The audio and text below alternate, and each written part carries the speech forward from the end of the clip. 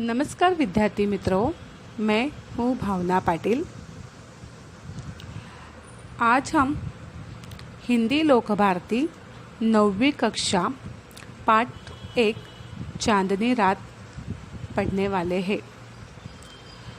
इससे पहले मेरी आपसे विनती है कि मेरा वीडियो लाइक कीजिए, सब्सक्राइब कीजिए और शेयर कीजिए।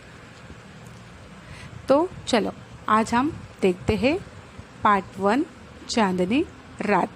इसके कवि है मैथिली शरण गुप्ता।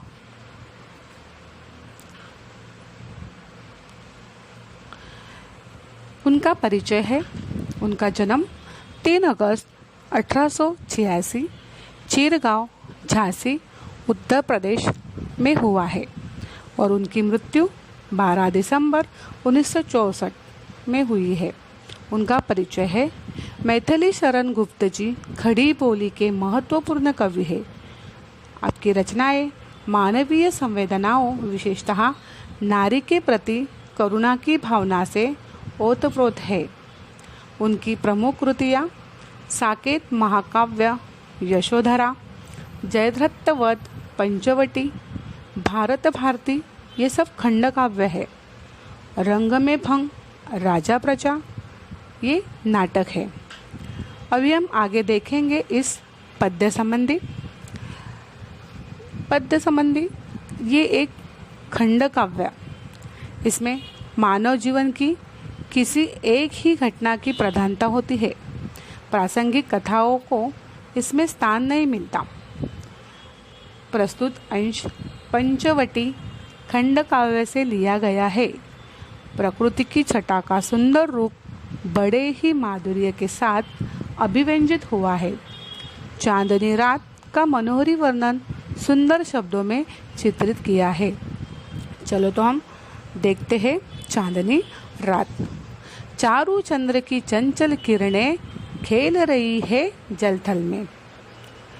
स्वच्छ चांदनी बिछी हुई है अवनी और अंबर तल में। इसका अर्थ है चांदनी रात में आकाश में सुंदर चंद्रमा शोभामान है। उसकी चंचल किरणें झिलमिल झिलमिल करते हुए क्या कर रही है? अठखेलियाँ कर रही है। मानो ऐसा लगता है जैसे वे जल और जमीन के साथ खेल रही हो। चंद्रमा का निर्मल प्रकाश पृथ्वी और समूचे नभमंडल में फैला हुआ है और वह उन्हें क्या कर रहा है? प्रकाशित कर रहा है। पृथ्वी मतलब अवनी, आकाश मतलब अंबर। पुलक प्रकट करती है धरती हरित तृणों की नौकों से। मानो झूम रहे हैं तरु भी मंद पवन की झोंकों से। इसका अर्थ क्या बताया कवि ने कि इस अवसर पर पृथ्वी अत्यंत प्रसन्न है। वह अपनी यह प्रसन्नता पृथ्वी पर उगी हुई हरी हरी घास की नौकों से प्रकट कर रही है और मंद मंद हवा के झोंकों से पेड़ पौधे क्या कर रहे हैं? झूम रहे हैं और ऐसा लगता है जैसे वे भी अपनी खुशी प्रकट कर रहे हैं। क्या ही स्वच्छ चांदनी है यह, है क्या ही निस्तब्ध निशा, है स्वच्छंद सुमंद गंध वह, निरानंद है कौन दिशा। इसका अर्थ है कवि चंद्रमा के स्वच्छ प्रकाश में निखरी हुई रात्रि का वर्णन करते हुए कहते हैं कि यह चांदनी गजब की निर्मल है और यह रात कितनी शांत है। कहीं किसी और कोई स्वर नहीं है। सर्वत्र मुक्त रूप से क्या है? मंद मंद सुगंध व्याप्त है। कोई भी दिशा ऐसी नहीं है जिस ओर आनंद का माहौल न हो। अर्थात सर्वत्र आनंद ही आनंद है। बंद नहीं अब भी चलते हैं नियति नटी के कार्यकलाप, पर कितने एकांत भाव से, कितने शांत और चुपचाप। इसका अर्थ है कवि कहते हैं कि कोई भी गतिविधि बंद नहीं है। रात्रि रूपी नटी के सारे कार्यकलाप अब भी पहले जैसे चल रहे हैं। विशेषता यह है कि सब कुछ बहुत ही शांत ढंग से और एकांत भाव से चुपचाप हो रहा है।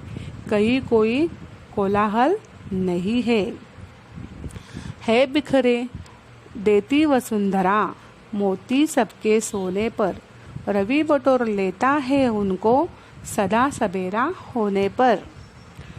कवि चांद तारों की तुलना किससे कर रहे हैं? मोतिये से कर रहे हैं। और मोतिये से तुलना करते हुए कहते हैं कि जब सब लोग सो जाते हैं तो पृथ्वी आकाश में चांद तारों के रूप में क्या बिखेर देती है?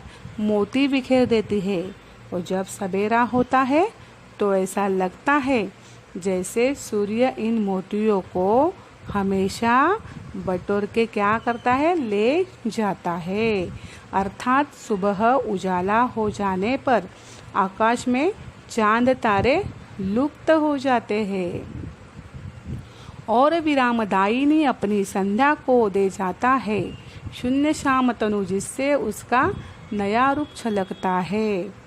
कवि कहते हैं कि सुबह होने पर बटोरे हुए ये चांद तारे रूपी मोती सूर्य उसे विश्राम देने वाली संध्या को सौंप जाता है। अर्थात शाम होने के बाद चांद तारे आकाश में फिर चमकने लगते हैं और वे मोतियों का आभास कराने लगते हैं। इससे रात्रि की कालिमा प्रकाशमान हो जाती है और अपने नए रूप में छलकने लगती है। पंचवटी की छाया में है सुंदर पर्ण कुटीर बना, उसके सम्मुख स्वच्छ शिला पर धीर वीर निर्भीक मना। पंचवटी क्या होती है? ये एक वट के 5 वृक्षों की छाया में वहाँ पे विराजमान है। कवि पंचवटी का वर्णन करते हुए कहते हैं कि पंचवटी वट के 5 वृक्षों की छाया में घास फूस और पत्तों के छप्पर वाली एक सुंदर झोपड़ी बनी हुई है।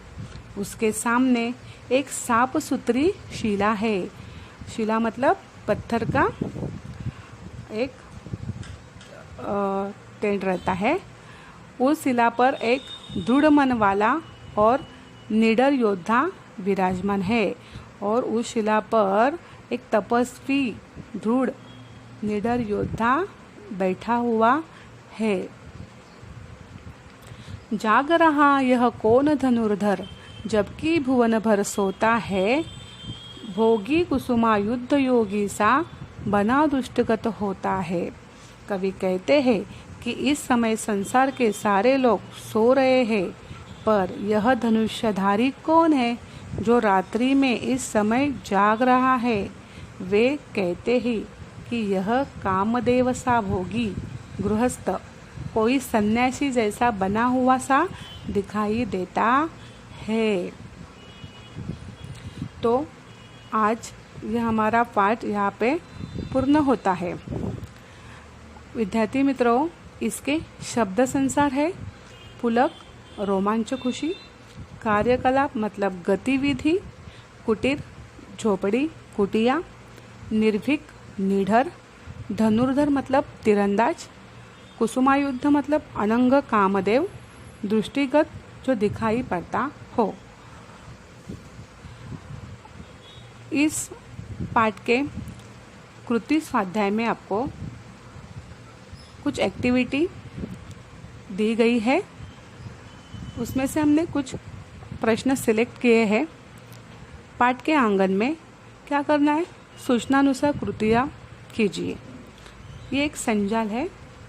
आपको आपके परीक्षा में ये एक संजाल दिया जाता है और जैसे आपको प्रश्न पत्रिका में जो आकृति दी जाती है वैसी ही आकृति आपको बनानी है और उसके उत्तर उस आकृति में आपको लिखने हैं। ख, चांदनी रात की विशेषता। ये भी एक कृति एक्टिविटी है।